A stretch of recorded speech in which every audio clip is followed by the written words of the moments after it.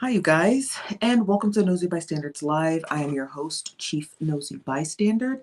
And today, while I was perusing through the internet streets, I saw this article. It was published about 9 a.m. my time, so 11 a.m. your time if you're Eastern Standard. And I thought it was interesting because it was just full of a whole lot of stuff, and a lot of people have been quoting it. So I'm like, there must be something in this article published by Fox News. Take Fox News with a grain of salt, but they're still a news organization. So they still do some sort of in-depth studies, okay, or in-depth research. So I wanted to go over this article because just reading it, it was just so impactful. There's just so much was going on. And shout out to Fox News for actually digging into it because there's a lot going on. There's a lot going on with the Shanquella Robinson case that I think we need a crash course because I think a lot of stuff is probably going to be dropping relatively soon in regards to her case. So we need to lay out the details before all of the misinformation hit pieces like the North Carolina beats and the that one attorney guy before they get their grubby little hands on it. So we have to make sure we lay out the groundwork for accurate information because honey child, this article it's quite telling. So before we get into that, I know it's early, but I want to get to the story early. I didn't want to wait to the end of the evening to get to it. Again, I wanted to get to it before the misinformation hit pieces start coming out, and we can't have that. You're already seeing how frustrated I was last time we discussed Shanquella Robinson. So I want to make sure that we do our due diligence to produce the information and read it as factual as possible before those monsters get their grubby little hands on it. So let's see who's all in the building. Hello, Ezrika. Hello, Marquita. Says, were there any arrests? We're going to get to all those details. There were no arrests, but there are a lot of really crazy detail. Not crazy, but there's a lot of really important details that are laying down the groundwork for an arrest. Okay. Hello, Stephanie. Hello, Kat. Hello, Kamiko. Hello, Amber. Hello, Mama Bree. Hello, Shannon says, I got my phone down and my laptop under my desk. I keep forgetting y'all at work. Woo chow. Hello, Kadisha. How you doing today? Hello, Kira. Hello, Kwanda. Hello, Jazzy Old Lady. Hello, Kira. Hello, EJ Jones. How you doing today? Hello, Yolanda. Hello, Ditch Doctor. Hey, Ray Bishop. Hello, Lady T. Hello, Parrish. Hello, Latoya. Hello, Courtney. Hello, Timberly. There's a lot of you in here that I normally don't see at night, so maybe y'all shift must have changed. Hello, Sir Escobar. Hello, Nisha.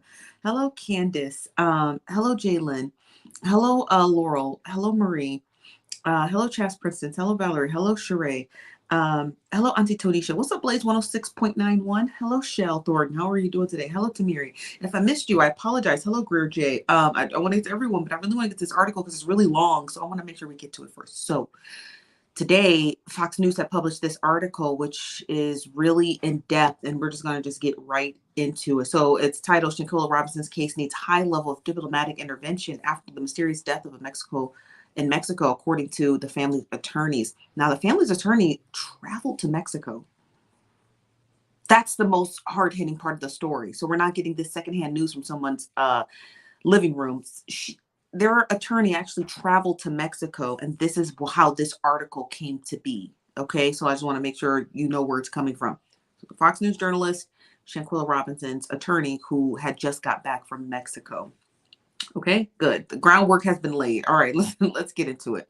So it starts off, and it says the family of a North Carolina woman who died while on vacation called for high-level diplomatic intervention. Now, remember, on Shanquella's birthday, the family had released, or they had sent like 1,000 letters to the Mexican consulate in order to basically just get some details of what's going on. But while that was occurring on Shanquella's birthday, their attorney was in Mexico laying down this groundwork. It says Shanquella's case needs public officials, or at least the Biden administration, to step in so the woman charged in her death can be extradited. This is according to the family's attorney, who had traveled to the Mexican Baja Peninsula, where Robinson had died October 29th. According to the attorney, and I quote, my understanding of the treaty is that it would be the responsibility of our law enforcement agency to have the approval of the State Department in order for us to give clearance for U.S. citizens to be turned over to the Mexican authorities. This is according to their attorney, Sue Ann Robinson, adding that she did not receive much guidance or assistance from the U.S. consulate in Mexico, despite her knowledge of the inner workings of the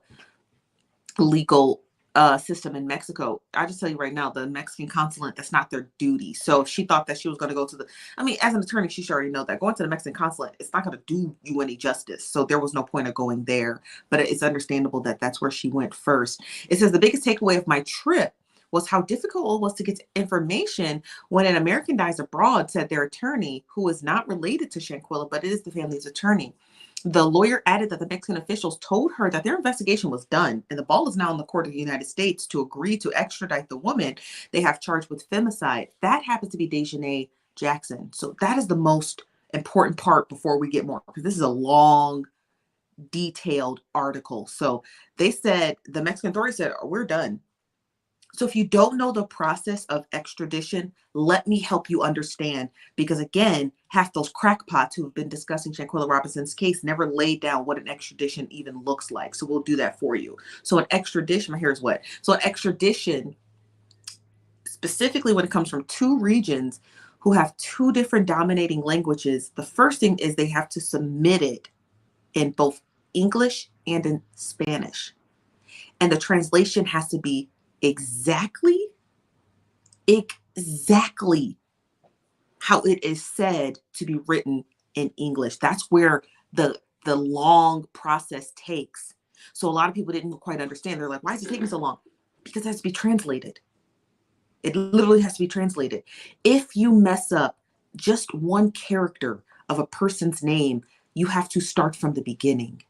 So this is why Mexico was taking so long to write that extradition treaty in English and in Spanish, because if they were to butcher just one character of any suspect's name, you got to start from the beginning, which takes 4 to 5 months. Okay.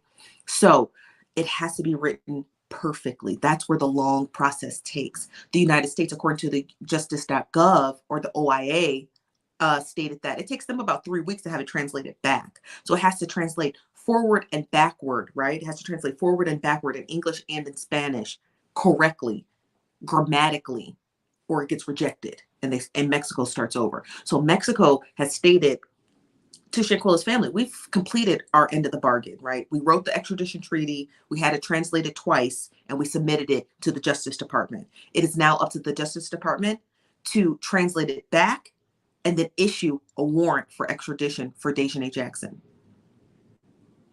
The OIA or Justice Department states that it takes them roughly 3 weeks to do that. So within 3 weeks' time, we're going to get most likely an extradition request granted by the Justice Department for Shanquella. That's why this article is crazy, because it's our first real update, right? It's our first real update. So let me continue. So the article goes on and says the bigger issue is that something that would take high-level diplomatic intervention, a very high-level diplomatic intervention, and that hasn't been done yet as far. We know that because, again, that extradition process of the translation. So when people say we need a diplomat to step in, a diplomat will come forward as a spokesperson, like, oh, and they'll do a press conference, because that's what diplomats do. Like, oh, today, March so-and-so, we have submitted a request for extradition. It was granted by the United States for the person named so-and-so, so-and-so, so-and-so. So there will be a press conference with diplomats from Mexico and the US doing that press conference, because it's such a high profile case. It hasn't happened quite yet because, again, remember, they have just submitted their extradition request. It says Fox News Digital reached out to the White House as well as the North Carolina 2 Republican senators and did not immediately respond. It says here, and I quote, my prayers continue to be with the family of Shanquella Robinson and all of those who loved her. Democratic Representative Alma Adams, who represents Charlotte in Congress, told Fox Digital, no family deserves to suffer this tragedy and Shanquella deserves justice. As with all cases involving constituents, our congressional office is ready to assist the federal agencies in any way we are allowed under the law. That's right, because not only is Shanquella a constituent of Charlotte, but so are the people who are suspected of doing this crime against her, right? So those are people suspected. So whatever the congressperson can do, they're going to do. That congressperson can't, that representative, the congressional representative, can't really do much, but put out a statement because it has nothing to do with their office, right? It says Shanquella Robinson arrived at the resort town of San Jose del Cabo on October 28th with her 6 group of friends. Sue Ann Robinson, who is the attorney for Shanquella Robinson, told Fox News Digital that her team was able to confirm some information about the timeline of events and gain clarity on how 2 sets of medical professionals that dealt with Shanquella on that afternoon, and the doctor was called first to the hotel room at the Fondores Beach Club. The doctor was called by the hotel concierge rather than the paramedics due to the initial claims that Robinson was intoxicated rather than being a victim of a beating. Echo off. Says the doctor was called by the hotel concierge rather than the paramedics. Well, we know that. No, we didn't know that. Let me think about that for a second. That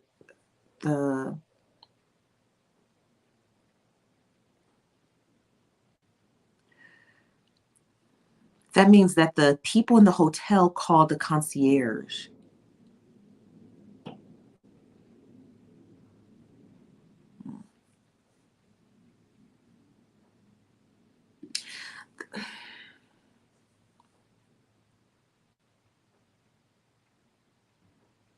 It says the account of the doctor's actions, Sue Ann Robinson says, is from the paramedics who arrived roughly 90 minutes later and not from the American Medical Center where the doctor was from, because she was told that that doctor no longer worked there and could not be reached.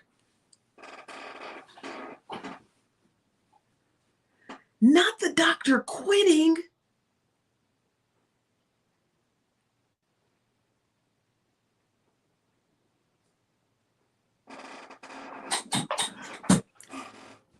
Ooh.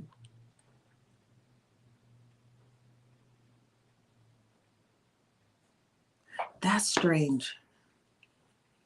Where did she go? She just said she didn't work there. She couldn't be reached.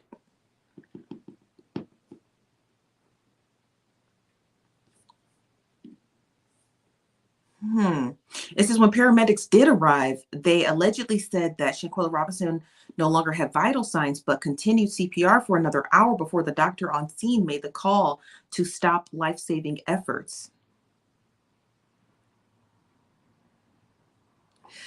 Yo, what?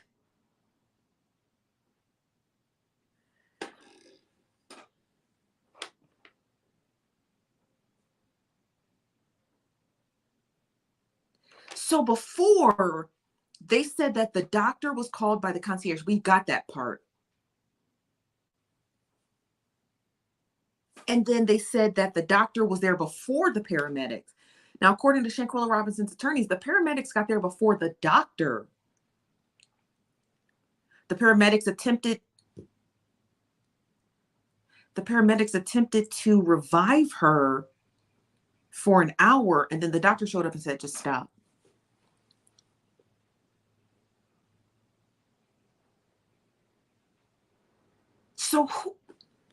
So Nazir, he said that there was a nurse, doctor. We're going to have to go back to Nazir's statement. We're going to have to go back to Nazir's statement. Because Nazir never mentioned paramedics. He never mentioned paramedics. Nazir never, in Nazir's a 15-minute live stream he did on Instagram, he never said anything about paramedics. He said that there was a doctor, nurse, whatever you want to call her there. But according to the attorney, the paramedics were there before the doctor. Ciao.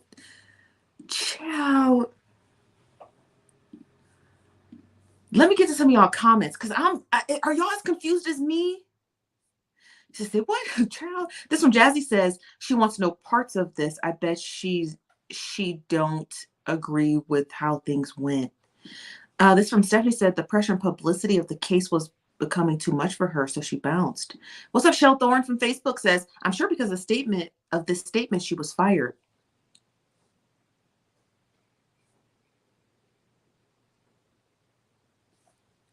Let me reread that. It says the paramedics did arrive. They allegedly said that Shanquella Robinson no longer had vital signs but continued CPR for an hour before the doctor on scene made the call to. Okay, so the doctor was there first. Got you. To stop life-saving efforts. So when the paramedics arrived, she had no pulse. So they tried CPR for an hour and the doctor said stop. Shortly after Robinson's death, a video surfaced on social media showing a female viciously beating her while onlookers commented in the background, urging her to fight back. Robinson's mother, Salamandra, said that she was initially told by Shanquella's friends that she had suffered from alcohol poisoning, but that changed when an autopsy in Mexico concluded that she had died from a severed spinal cord injury and lattice luxation, along with an instability of her first two neck vertebrae. In late November, the Baja California prosecutor Daniel De La Rosa Anaya issued a warrant and extradition request for the friend of Shanquella Robinson. That incident wasn't a quarrel, but rather a direct aggression.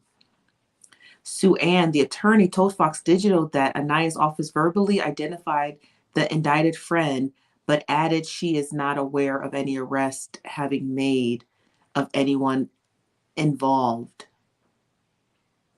Sue Ann Robinson said that the officials in the United States are not even having a conversation with the family about what kind of timeline to expect on the case, and the family is dealing with an unimaginable pain, and the lack of communication is a travesty. Just not knowing when your daughter's murderer is going to be brought to justice, Robinson said, that's excruciatingly painful. A spokesperson for the FBI in Charlotte said they would only confirm an investigation is ongoing.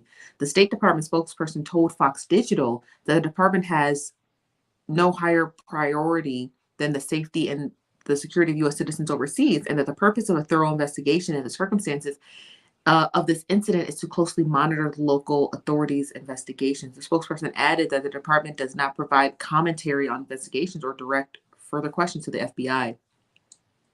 Sue Ann, the family's attorney, will be holding a rally for Shanquella Robinson in D.C. on this Friday, so tomorrow, along with her family, where people can get exposure needed for high-level diplomatic intervention. The family is forced into a situation where they are grieving and they're mourning and they're trying to just normalize the accompaniment, I think that's what the word is, of themselves to a new life without their loved one. I'm sorry, with their loved one, but at the same time, they got to be marching and going on interviews and having rallies and writing letters and making appeals to the press and the public on their behalf and their loved ones at this time. So Ellen says, which I don't think is fair. I want to go back to this part here. So it says the account of the doctor's action, Sue Ann said that is from the paramedics who arrived roughly 90 minutes later, and not from the medical center where the doctor was from. The account of the doctor's actions, Sue Ellen said, is from the paramedics.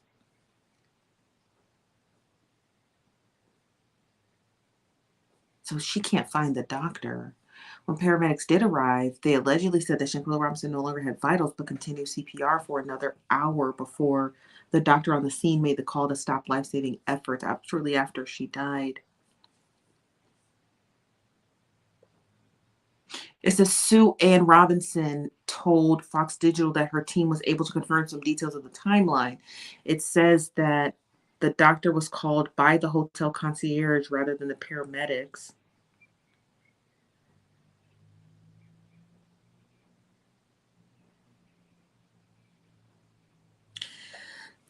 This whole thing sounds crazy. I'm sorry, y'all. Let me get to your comments. I'm just trying to conceptualize everything that's going on in my head.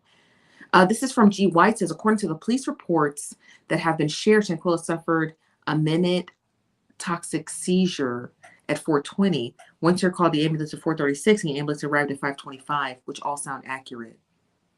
But there's no account of when the doctor arrived. We can only just insert the doctor in this. But here's the thing. The most telling part is that extradition request. Mexico has actually officially released that extradition request to the United States, at least as far as we know today. So that means it's in the hands of the United States. Here's my thing. I think the United States is determining if they want to prosecute the case themselves or if they are going to allow for the extradition of Dejanay, because here in this article, she said they confirmed it was Dejanay, the prosecutor's, De La Rosa's prosecutor's office. So I think the United States is determining, are we going to prosecute this, or are we going to extradite her to Mexico and let Mexico deal with it? That's where I think the roadblock has occurred. That's where I think the roadblock has occurred. That's my personal opinion. But let me get to some of your comments. This from Bentley's My World says that I think the doctor may have quit because instead of going with her better judgment and transferring Shanquella to the hospital to be treated, she listened to the friends and treated her at the villa. Exactly. Because remember, we had discussed this last year. And my whole argument was, why are you as a doctor taking advice from kids? You're the doctor. You know, you should have seen her laying on the ground, trying CPR for 5 minutes, not working, and immediately called paramedics. Should have never taken you 90 minutes to call paramedics.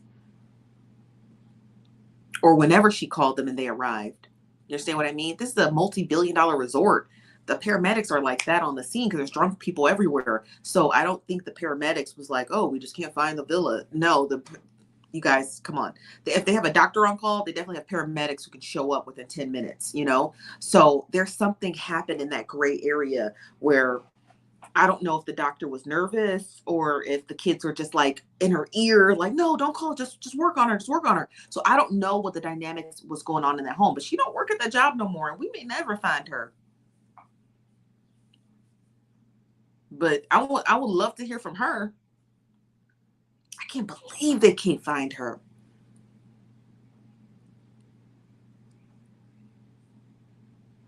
This from Cookie Wood says, I wonder what will the charges be if the U.S. prosecutes charges. Aggravated murder. We don't have a charge for femicide. No, we don't, but we do have aggravated murder. You in Mexico. So let me explain what the femicide is. Femicide is always like labeled for any death of a female. Just pretend it's just a sticky label. Anytime a female dies, they're always going to label it femicide. Femicide gives them the right to investigate the case and determine if the charge of femicide will stick. So if a woman dies at a nightclub, they're going to label it femicide. And then they investigate and they're like, oh, she tripped and fell on a knife. This is not a case of femicide. It was just an accidental death. Do you see what I'm trying to say? So don't think of femicide as the charge. Femicide is just a sticky label you put on it. Just like label it femicide. Just like bread. You would just label it bread. Until you open up the package, like, this is not bread. This is a tortilla, right? But you label everything that is made with grain as bread. So that is how you have to look at the charge of femicide. They just label every death of a female femicide. And then they investigate it. And then they determine this is not a case of femicide. This is just a case of aggravated murder. Okay? So don't get too caught up on that femicide word. Because femicide deals with a woman being murdered simply because she's a woman or an aggression toward a woman. Right? So it usually happens in domestic violence cases. That is a case of femicide. The person killed her because that is her partner and he killed her, or a female killed her because that was her partner and she killed her. But don't get too caught up with the label femicide. It's just a lock, stock, fast and loose label that it gets thrown on everything. This one, Shell says, so if the hotel contacts the doctor, why was the paramedics arriving so much later? They should have arrived within a reasonable time frame. She's negligent due to the time. Here's the thing though, too, right? I think the doctor gets called first because sometimes it's just dehydration and intoxication. So a doctor can just give you some, that's why the doctor was trying to get Shanquella those, what's it called? Fluids, but she couldn't get her vein because she was so dehydrated. Remember, her vein had collapsed because she was so dehydrated. So normally a doctor probably just comes in like, oh, she's just drunk, give her some fluids, let her rest for 10 minutes, and then the doctor leaves. But this was a different case. When that doctor couldn't find that vein, she should have immediately called the paramedics. You understand what I mean? So you're absolutely correct, but the paramedics don't just show up when someone is intoxicated, because it could be simply fixed by the doctor. Does that make sense? Like the doctor can be like, oh, just give her, give her this IV, change this IV when it's empty, telling the guest, change the IV or change, not the actual IV in her arm, but just change this fluid bag when it's empty, and do that for 3 times and let her rest, or let him rest, and they'll be good to go. And then the doctor just leaves. But this was a different case. When that when that vein was collapsed, she should have immediately had the paramedics on the phone. I think something happened. I think those kids were in that. I think they were all panicking, and they just didn't want her to call the paramedics. Something happened. So now we have a relationship between the doctor and the kids. And I don't mean like she did it, she was working with them. I don't think that. But I think that something was occurring where everybody was scared. You understand what I mean? I think everybody was scared. So, but there was a dynamic there for sure. There was a for sure dynamic where she went against her own best judgment, which I believe is neglect, I believe is neglect. This from Mary Phillips is talking about an IV on an expired person. I don't know. I'm not in the medical field. I guarantee you there's about 10 nurses watching. You're going to have to ask somebody in the chat. So my apologies. According to, this is just from the police report of what the doctor said. Because remember, the doctor has fled. We don't know where she's at. But this is according to the police report, what the doctor said. She said that she still was breathing and had shallow breathing. So, you know what I mean? So maybe it was enough for her to be like, she's still alive. You understand? Even though she probably had a weak pulse and collapsed veins. But you're going to have to ask someone in the chat. So those are my apologies to you. I'm sorry about that. Let me get some more of your comments from Cookie Woods. Oh, no, I think I already read that. Sorry, Cookie. This from Laurel Jordan. Wow, that's a tongue twister. Laurel Jordan. That's a tongue twister. It says, all this is staged by the Mexican authorities in medical office. All of them should be prosecuted along with FLS Cabo 7. This is not staged. I'm going to have to break it to you, Laurel. And you're not going to like what I'm going to say, but it's going to be very blunt and it's going to be very honest. Shanquella Robinson is not Beyonce. She's not a multi-billionaire where there is a reason to have taken her out. Do you understand what I mean? This is not a conspiracy. There was no conspiracy to get rid of Shanquella Robinson because she was holding the Holy Grail or the Ark of the Covenant. It was just a case of kids getting violent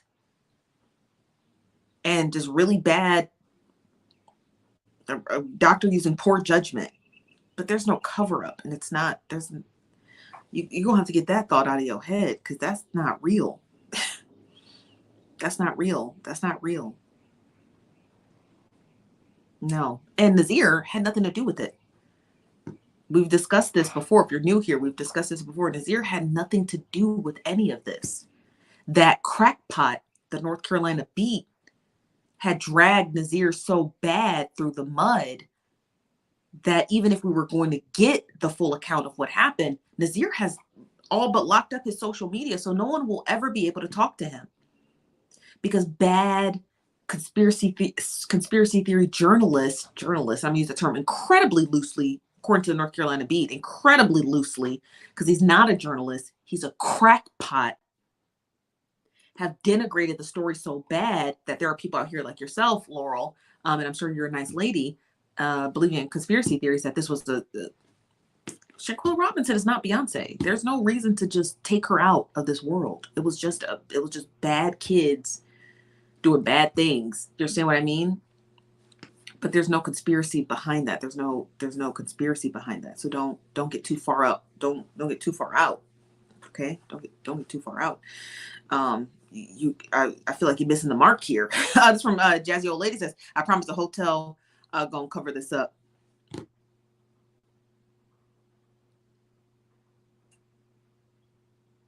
Well, yeah, because now they have a stake in it. You're absolutely correct, right? They're a multi-billion-dollar resort. They can't look like they're not safe. So yeah, they have a reason to cover it up. But there's no conspiracy to get rid of Shanquella specifically as a person's of herself, because she's not, you know. This from Levon says your theories require optimism. They don't.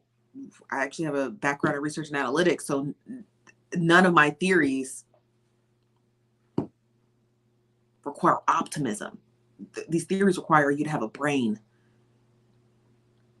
So you don't have to spam the comment section. I've seen this comment like 20 times. This from Cookie Wood says, I wonder what will I think I already read that already. Sorry about that. This is from Ms. Remarkable. Hello, Ms. Remarkable. I like your dress. Says, I also read that it takes a longer, because femicide isn't part of the treaty. Mexico would need to be, well, they would need to charge the friend with a crime that's within the treaty, i.e. murder. Correct. Correct. This is not a case of femicide. But again, femicide is just a slapstick label that they just throw on any death of a woman. Not every case when a woman dies in Mexico is a femicide.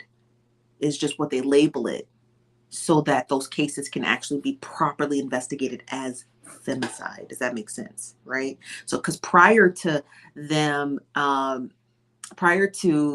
labeling all deaths of women femicide, there was a high rate of women who were being murdered by their significant others. And they were like, oh, this is just a domestic dispute, you know, and they were like, no, this person would intentionally harm this woman because she's a woman.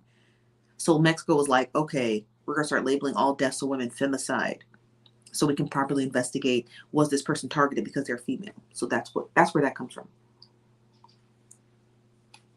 This is from Marie Phillips says, how can you give, oh, where am I? I think my comments are all askew. This is from Jazzy Old Lady says, I feel Mexican authorities have no desire in handling these types of cases because why allow those others to leave? Well, one, you can't kidnap someone. Jazzy Old Lady, you can't just kidnap someone because you think they did something. That's illegal. Okay? That is illegal. That is called kidnap. Okay? You can't do that because you think someone is involved in something. At the time Shanquella died, everyone thought it was alcohol poisoning, because it takes the coroner time to investigate those deaths. So there was no reason to hold them there when she had just arrived at the coroner's office, and they left subsequently after. So there was no reason to hold them. Does that make sense? There's no reason to hold them. You can't just hold people because, like, I think you did something. That's why we have legal systems, so people don't just get randomly held for no reason. You have to have the burden of proof in order to be able to detain someone. This one, Virtuous Eatery says, I wonder when the doctor realized it wasn't alcohol, but something else going on. That is a great question. And that is the same question I have. Like, when did the doctor realize that this was something else? Because I know she's used to seeing collapsed veins when there's drunk people. That's normal to see for a doctor. Like, oh, she's drunk, she's dehydrated, her veins have collapsed.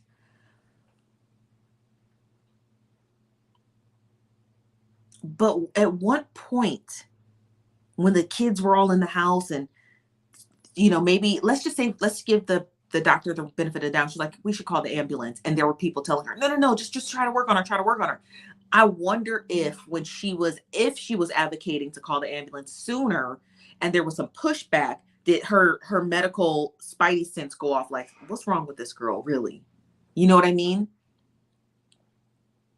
Like, what's really wrong with her? So that's a great question. That is actually a fantastic question. I wonder if her medical training kicked in and like, oh, okay, so I'm trying to get them to call the ambulance. They're giving me pushback. Why? Is there something really wrong? Because, you know, the doctor doesn't have an x-ray eyeball. She doesn't know what's going on inside of Shanquella's body. So, you know, she's just like, I have no clue. You know, I have no clue, but something ain't right. This is from JP6 says, I hope they all go to jail for life. Yeah, except Nazir, because again, he didn't do anything. This from Stephanie says, they allowed that poor girl to suffer during her last moments of life. And she could have lived, which is crazy, because even directly after the fight, if the fight was a direct reason as to why she was hurt, I don't believe that though. But let me tell you this. That fight video, that 30-second clip, that there was more. That was just the beginning. Okay. I don't think that fight clip was the end of the beating to Shanquella. That's my theory. You don't gotta like it. That's fine. I think that was just a snippet. You see what I mean?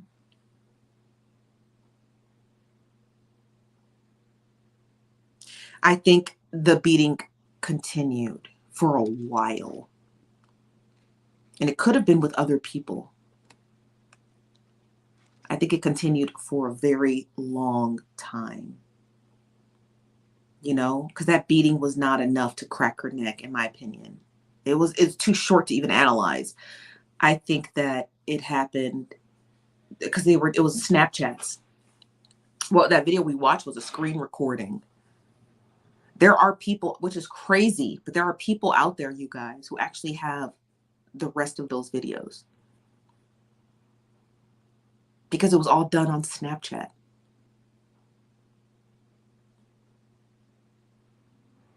That's the crazy part to me. Like, there are literal people in America right now who are friends with these people who have literal videos of Shanquella and have never released it. And probably never told the police. We're just probably terrified.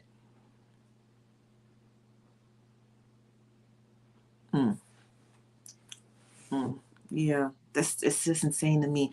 This one, Virtuous Eatery says allegedly they were planning to leave before they called the doctor to come back. I told y'all my theory. They was going. Listen, here's my theory. I'm gonna lay it out for anybody who's new, but most people already know what my theory is. Okay, let me get this off my screen. Here's my theory. Actually, let me add it back in case there's some parts of it I need to read. Here's my theory on the whole thing. They were gonna dump her body. And you know what stopped them from dumping her body? The fact that Nazir was arriving late. I think through the thick of it, they completely forgot Nazir was coming. In my personal opinion, it just slipped their mind. They're like, oh my God. And he was probably in the midst of them fighting and all that other stuff. He was probably texting like, oh, y'all, I'm at the airport. Oh, y'all, I'm going through customs. Oh, I'm getting in my Uber. And I think when one of them looked at their phone like, oh my God, he's coming. Their plan to dump her body went out the window. So they had to fake something like, oh, we were drinking last night. She just got really, really, really drunk. But I'm telling you this, okay? If Nazir didn't show up, they would have dumped her. And they would have flew back home. And they would have been like, said anything crazy. Like, oh, Shanquella, you know, changed her flight. Or, oh, we went to a nightclub that night, but we hadn't seen her. We thought she went home with like, you know, a local. I'm telling you, they was going to dump that girl's body and head home. And then when Nazir, okay, when they realized he was still coming, they was like, oh, we can't just dump her. He going to ask where she's at. Just tell him she's drunk. Because remember, Shanquella couldn't talk because of her neck injury. Nazir says she couldn't even take down water because when you have a neck injury, you can't swallow. That's why she was dehydrated. But it would have taken her hours to become dehydrated. That's why I think that beating lasted. I think that beating happened in the morning and it happened all the way until the mid-afternoon. And they were drinking the night before. So if the fight started in the morning and they were all drinking the night before, that means that Shanquella had not even been able to get any electrolytes in her and drink any water. So she had been dehydrated since yesterday. Do you understand what I'm trying to say? When you wake up after you had a long day of drinking, what's the first thing you do? You brush your teeth and you drink a ton of water because you're trying to rehydrate your body. But if they were drinking the night before, she woke up, you know, you just woke up a little hungover and the fight started, she had no time to drink anything.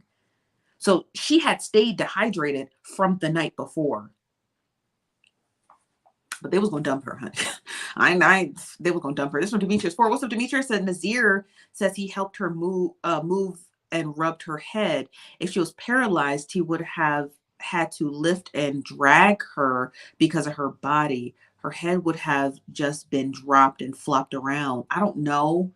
I don't really, because I have to rewatch that video about what Nazir definitely stated what he had did with her body. She wasn't paralyzed, you guys. She just had a neck injury. There's a difference. She had vertebrae that were that were injured, but it never said that they were snapped in half where she couldn't walk.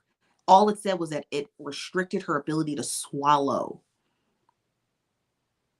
But it didn't, there's nothing in the reports that says she's paralyzed. The only way to test someone if they're paralyzed or not, because you can only speculate when the person's dead. If they have a broken spine, you're like, I think they might be paralyzed. The only way to test if a person's actually paralyzed is them to be awake, and then to test their limbs. So we can't say she's paralyzed. Only Shanquella's body would know that. Does that make sense? Because dead men tell no tales. So we're not going to go with the synopsis that she was paralyzed. We don't know that. We just know that she did have an injury, which was stopped her ability to drink water. That's what we do know. We know what we know, and what we don't know, we don't know. We don't just make up things because it sounds good and it fits into the narrative in our brains. We can't do that.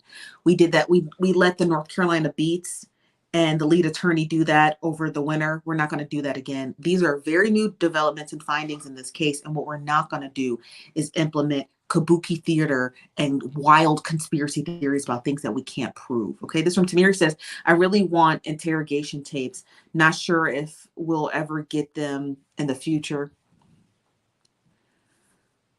You can get them. It depends.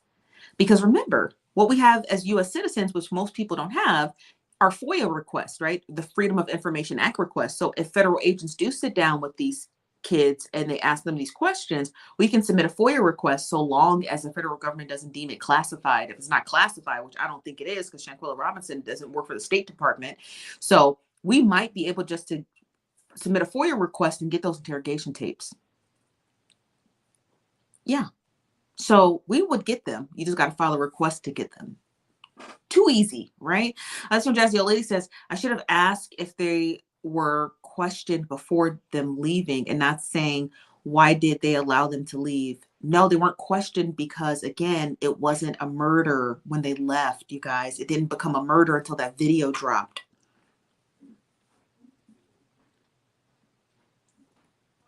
Okay, so that's why you can't question, you can't do any of that. It wasn't a murder when they'd left. It was just a simple case of alcohol poisoning. But you can't just question and hold and detain people because you got a spidey sense. You can't do that. It was not a murder. It was not a case of assault or attack when they left Mexico. So they left on their own recognizance and their own accord because there was nothing to investigate. It was just them leaving Mexico, and their friend, who had happened to have one too many, died. And that's it. There's nothing to question. Okay. So that's why. So you don't, so that notion of why didn't they question them, you got to get that out of your brain. There's no need to question people who are not suspects of a crime. Okay. You just got to get it out of your brain. Okay. That question just needs to be reserved for the graveyard. This from our Virgil says, my aunt had her neck broke and she could move it. It was very painful, move slowly, but she did, and she got it fixed and had to put a plate in her neck. Oh, wow. Good for your auntie. But, ooh, how did she break it? This from Just Bougie says, what am I missing? Did they get them? You got to fast forward to the beginning of the live stream. This from Shell says, if she had a spinal cord was severed, she would be paralyzed. C1, C2 holds the movement of nerves. Thank you. I feel like you're a nurse, so I appreciate you telling people that in the crowd, and me, because I need to know that too. I don't have any medical, nothing. Okay. I got no medical, nothing. I got no medical nothing. This is from Cookie Wood says, yeah, Nazir wasn't there. So him not being a part of it is a huge risk. So I agree with your theory that they were going to try to dump her. Hell yeah, they was. They was going to dump y'all. Listen, people do crazy stuff when they're desperate. People, y'all know that. Y'all, come on now. We all live on the internet. People do crazy stuff when they are desperate. And when they beat Shanquella senseless and she wasn't moving or talking,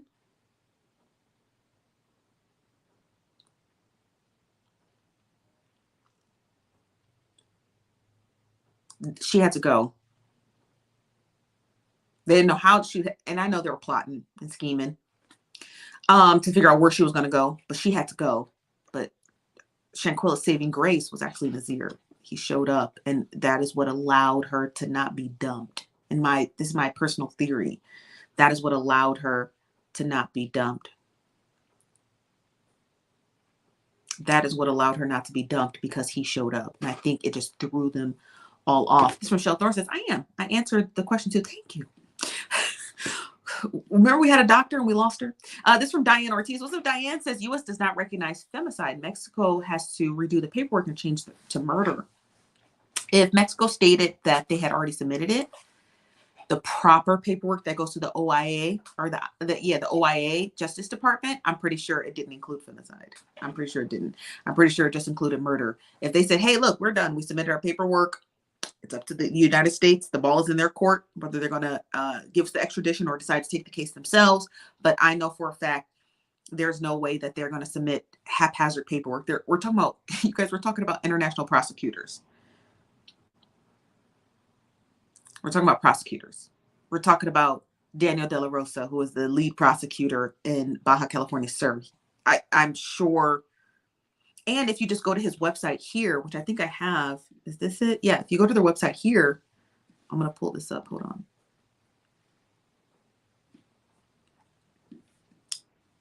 Why do you keep doing this? If you go here, this is the Mexican website. Here are all of their requests. These are their requests for all kinds of stuff, extraditions, warrants, everything. This is the literally the prosecutor's website in Mexico. De La Rosa has submitted tons and tons and tons and tons and tons and tons and tons and tons of extradition treaties, you guys. He knows what he's doing. They're not going to have to resubmit paperwork.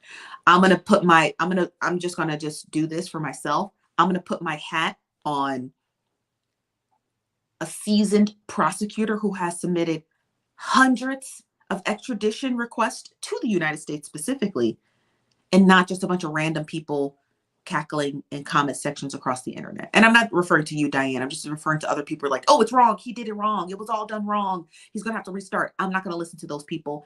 I'm going to put my best efforts into a seasoned prosecutor who has been submitting extradition requests and extradition requests for a number of years on behalf of the nation of Mexico to the United States. I'm going to put my hat on De La Rosa. And I'm probably not going to put my hat on random, regular people in the comment section. That's just me. You're more than welcome to believe that, but there's no evidence to that. There's no evidence that he submitted it wrong. None. When we get a copy of that extradition request, it's going to be here on this website. It's going to be here because I check this website every day. It'll be here on this website. And it'll be done correctly. Okay. This from T.S. Morgan says, it's this your first time talking about this murder? No, actually, we covered it in depth. Oh, God. Well, we've been talking about this since it occurred. You'd have to scroll down our page. We do a live stream every day. So we've been talking about this for a number of months, since November. I apologize, since November. So,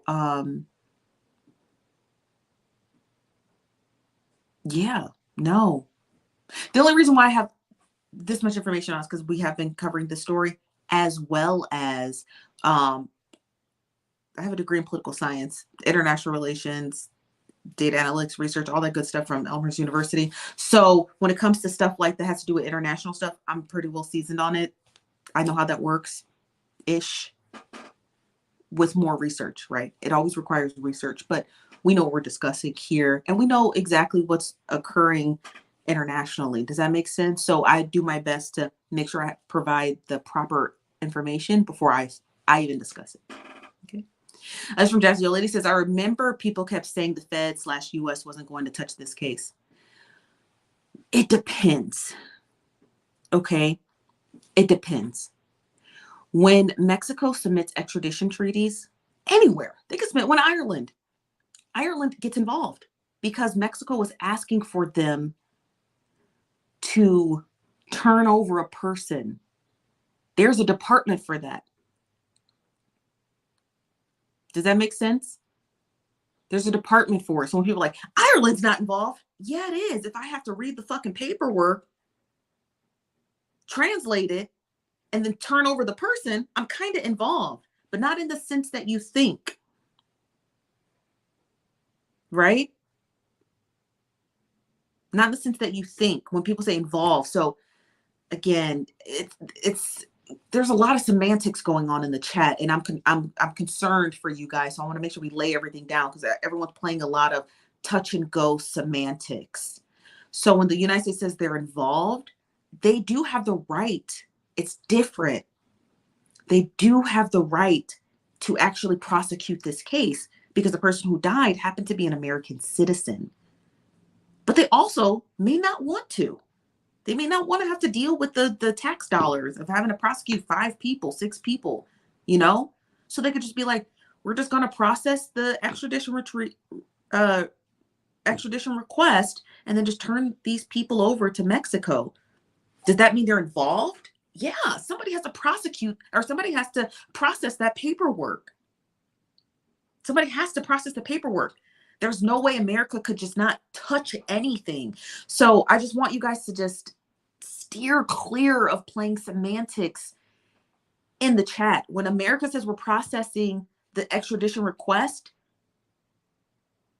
don't get too caught up in like, so are they involved? Yeah, they have to process it. The people who committed the crime are Americans. The person who submitted the request submitted it to America. They didn't submit it to Canada. So America has to touch it at some point. But depending on the severity of the case and how many people they may have to extradite, the US may pick up the case and say, hey, we'll just prosecute it ourselves because it's just a lot simpler, you know? So I just, Jazzy old lady, I just don't want you to get involved. You're getting really involved in semantics. You're playing semantics a lot. And I think it's clouding how you're thinking about this case. Just focus on what you know and don't focus on what you don't know. And then don't play semantics. Like, what does it mean to get involved? I mean, like, just don't get involved in that. I think it's spinning a whirlwind around your head, and I don't want to spend too much time talking semantics. Okay, I don't want to spend too much time doing that because we're just going in a loop. Okay, this is from Justin. Says they need to be under the prison walls forever. Yeah, even if someone says I wasn't involved, I didn't touch her. You watched. You didn't break it up. You filmed it. You didn't call her mama or her daddy. You didn't tell Nazir, you know, like everyone except Nazir should be under a jail. You're right. This from Laurel Jordan. Your name is quite the tongue twister. Says, in my theory, Nazir is guilty because he should have called the paramedics or something. Or what's the something? If you came into a room and your friend was laying there and your other friends were like, oh, he's just drunk, let him sleep it off. And I'm sure you've had drunk friends. You're probably in your head thinking, oh, they're just drunk, let them sleep it off. Now, over a course of like a couple, 30 minutes, 40 minutes, you're probably like, dang, I've been trying to give so-and-so water, but it's just gurgling out of their side of their mouth. Should we call someone? Then the doctor gets called. You understand what I mean? So how can someone be put in jail because he didn't immediately call the paramedic? Everybody stop acting holier than thou, like you never had a drunk friend, please. And we could probably get through the rest of this live stream if everyone quit acting holy. Okay? We've all had drunk friends who we let sleep one off, who we probably should have called the paramedics for, and we didn't, but their friend survived. So should you have been prosecuted if your friend would have died because they were too drunk, or they were drunk but they weren't drunk and something was really wrong with them, but you just didn't know because you thought they were drunk? Should you go to jail for that? Probably not. Everyone take your habits off. Okay? Everyone step out of the confessional room at the church. Everyone stop being holier than thou. Stop. This from Tanya. Says 10% of Atlas luxation results in immediate death. Ooh. Some stats right there. That's crazy. That's crazy, and just straight statistics just throws me off. Like, dang, that's crazy. Has anyone fled the country yet? I'm pretty sure if they tried to, the United States would know. There's no way the U.S. doesn't have their passports flagged. For sure. Come on, you know their passports are flagged. Let's be for real. The United States is lazy, but they're not stupid, right? So they're like, just track them, you know? Track them passports. Here's the part that gets me about this whole case. Here's the part that gets me about this whole case. And shout out to the Cabo Six. Shout out to them, because y'all family members are some real ones. Y'all family is some real ones. Because typically, somebody's sharing the tea. And the fact that there are 6 individuals who all have very extended families, and not a cousin, not a messy auntie, not a sister, not a best friend, not a nosy neighbor, nobody has said a peep. Which makes me believe that these people definitely have a pact, a PACT, a pact. They definitely have a pact. Because ain't one nosy nothing. You know how stories get. You watch those Real Housewives of the garbage shows, and you always got a cousin who come out the woodwork like, oh, I know Phaedra when she was so-and-so and so-and-so. You ain't got none of that. They like this. They as thick as thieves, honey. And I'm like, in all my years of being nosy and investigating cases, I have never seen such a tight seal on everybody's lips. I never seen it. I have never, you guys, and I'm telling you right now, I've never in my life witnessed it. It's a first for me. I've never witnessed it, but I've never witnessed it. Normally you can get at least one of them raggedy nosy neighbors to just say something. They just nothing. This is from a Jazzy Old Lady says, my son just said this is in a similar way. He said, hey, it depends on how close the U.S. wants to be in the case. They're Americans. He has a political science degree. Yeah, it does. He's absolutely 100% correct. It all depends on what the U.S. decides. Like, do they want to spend the money to prosecute the case or not? You know, it's all really up to it. This is from MBB. Says, I think Nazir knows the truth. Overheard something. I think he does too. He said it in his live stream. That one live stream we got. He said that there's more information out there. He said everything he found out off the back end. I think they have a pact. Not with Nazir, but with each other. I think they have a pact. That's what I believe. I think they have a pact with one another. You understand what I mean? That they can't say nothing. And the pact is strong, but the pact is no match for a seasoned federal prosecutor. You can try to prisoner dilemma your way out of this one, but you are no match for a seasoned federal prosecutor. Because unless you want to spend the rest of your life in a Mexican prison, you better start talking. You better start talking. That's from Tanya Carter says, I think people have gotten so much misinformation, so a lot of us are trying to figure out what is correct. I say do your own research on credible sites. Absolutely correct. The first site I always use, again, I tell you guys this is the site that I use the most. I use the Mexican prosecutor's website. Sites like this, Fox News. As much as we don't like Tucker Carlson, Fox News in and of itself is actually a reputable news source when they produce articles like this. This was a great article, so shout out to Fox News. It's from Laurel Jordan.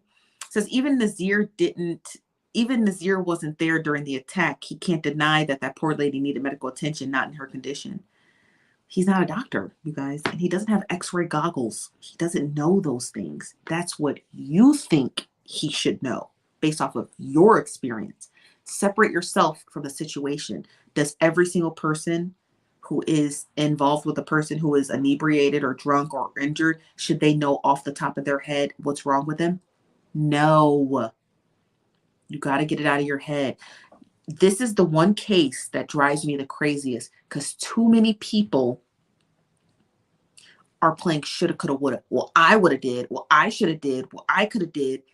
But it's not you. Take yourself out of the situation and analyze it objectively. If someone were laying on the ground, breathing, maybe shallow breaths, and someone walked past you like, oh, she's just a drunk, would you instinctively know that that person has a broken tibia? Probably not. So you're going to have to remove your pre-existing notions and judgment from any, at least over here. You're more than welcome to peddle your thoughts and feelings somewhere else, but you're not able to do that here. Because I think a lot of you are new, so you don't know. This is the Nosy Bystanders Live. Everything that we discuss is not in conspiracy theory, and everything that we discuss is analyzed and researched heavily. So we don't deal with how you should have. I don't give a fuck how anybody feels. I don't. What I care about is the facts. What I care about is individuals not placing their personalized emotions on what other people should have done. Okay? I don't care how you feel. I don't care what you would have done. I don't care about Free Willy or Flipper, okay? Or what you would have done if you would have saw your Lassie with a broken paw. I don't give a fuck. Take your emotions somewhere else, okay? What you're not going to do here at the Nosy Bystanders Live is tell us how you feel other people should be and do, and because of how you feel, that person should sit the rest of their life in jail. Give me a break. Individuals who think like that are the worst thing for the justice system, because individuals who think like that are put on jury boxes and they inflict their own personal emotions and negating the evidence of trial. And that's how innocent people end up in jail. So take your emotions and beat it. And that goes for everybody, because I'm not going to keep sitting here tap dancing with how everybody feels and what they should have did. And this is what I would have done. And if that was my daughter, and if that was my son, I don't give a fuck. I don't. So just stop. Okay? We're talking about people's lives that are at stake.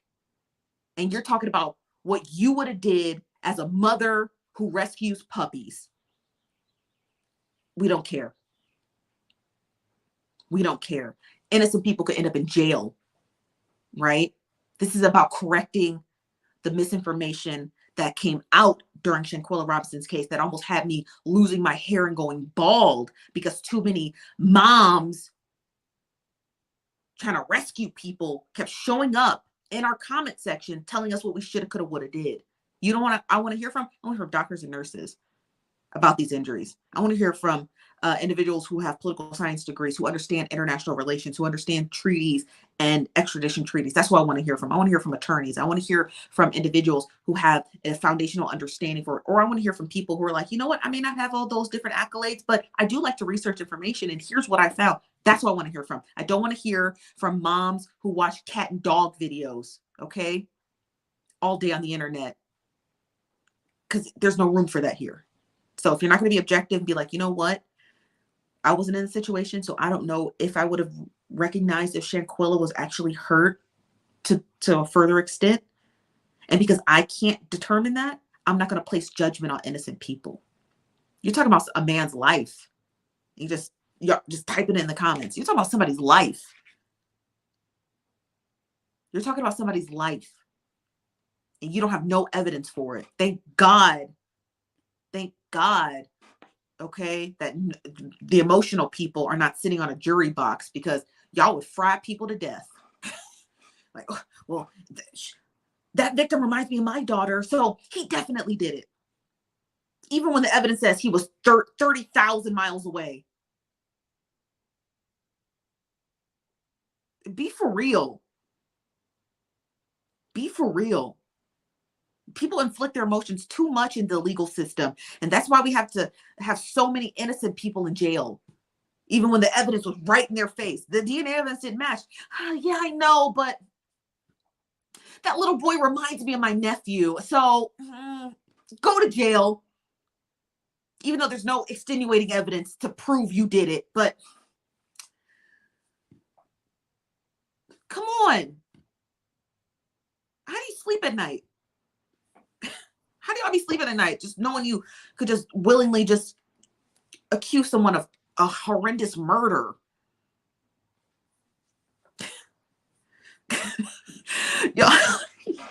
y'all, listen, okay?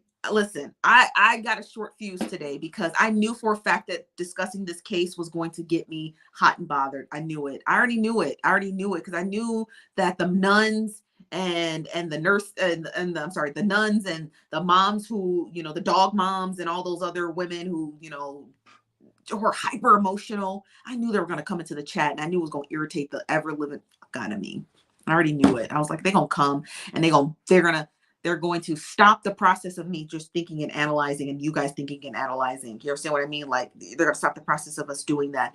And I'm like, I know they're going to come. So I just tried to get the whole bit of information out ahead of time, because I already knew they was going to come in with that. Well, Nazir should have known this. Shut up. And just be quiet. We don't care what you think, man. Go watch another cat video. Go watch another cat video. Go watch another cat video. We don't care. We don't care what you think. Like, come on. We be just trying to just get through the evidence, and y'all just be like,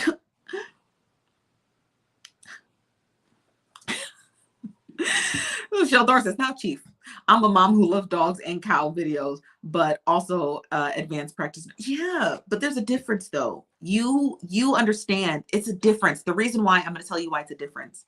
And you probably already know the answer. But being a nurse and being analytical literally go hand in hand.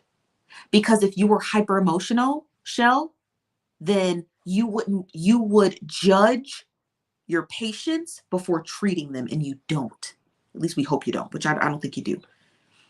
That's hyper emotion. Like, I think this guy's a chomo. I think this guy's a chomo, but he's diabetes and he's having an insulin, whatever. I'm just not going to treat him. That's hyper emotional. You are not allowed to prejudge your patients. You are to treat them and move on to the next one. Okay, build relationship with them if you want to, but what you can't do is prejudge them based off of your own personal emotions. Okay, and I don't think that's what you do. But there are people who come in here all hyper emotional, and it's just like, I hope you're not doctors and nurses, because if you come in here like this, prejudging things that you don't know, I can't imagine what you would do with your patients. Are you prejudging people before you treat them? I hope not. Yeah, that's right. Empathy and critical thinking, right? Or at least that's the correct basis. Correct. Okay.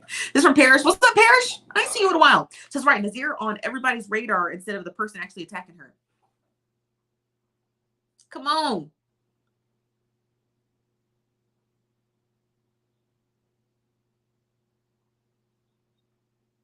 Come on.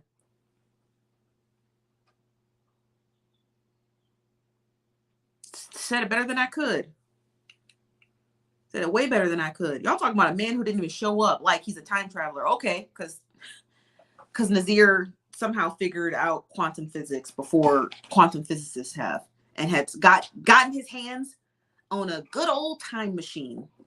Okay, got his hands on a good old time machine, and so now he's traveling through time, murdering people in Mexico. Come on, y'all, be for real.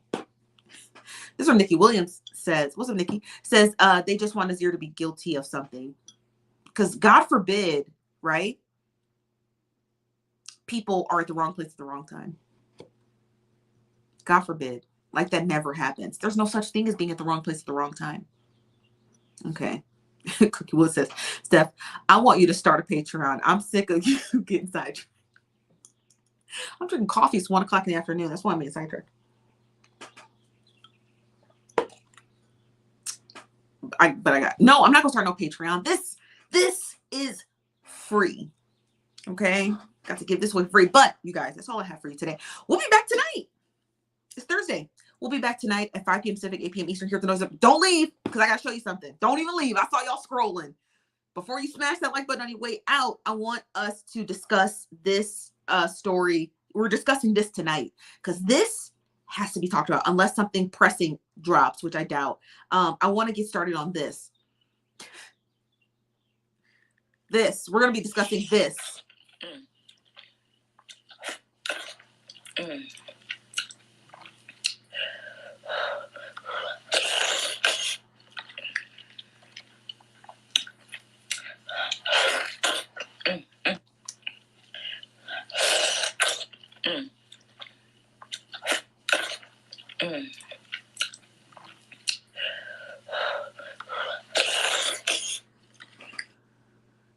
We need to talk about mukbangers on YouTube. We do. We're gonna have a real conversation. We're gonna have a real, and I'm gonna dig in on all of them because I'm already sick of them. Okay. And what they're doing, this overconsumption of food and eating themselves to death. Yeah, we're gonna talk about it. So we'll be back tonight at 5 p.m. Pacific. Don't worry, I'm gonna post the live when I get done with this. Your facial expressions. I'm too much. Come on, Justin. Just cut me some slack. Okay, cut me some slack. Nobody ever cuts me. No, I get a ton of slack cut to me. Okay, let me be for real. I get a ton of slack cut to me. But we'll be back tonight at 5 p.m. Pacific, 8 p.m. Eastern here at the Nosy Bystanders. I am your host, Chief Nosy Bystander. So we'll see you guys later. Smash the like button on your way out. Do not be ignorant. Don't be my cousins on my daddy's side. All right. I'll talk to you guys later tonight. Bye-bye.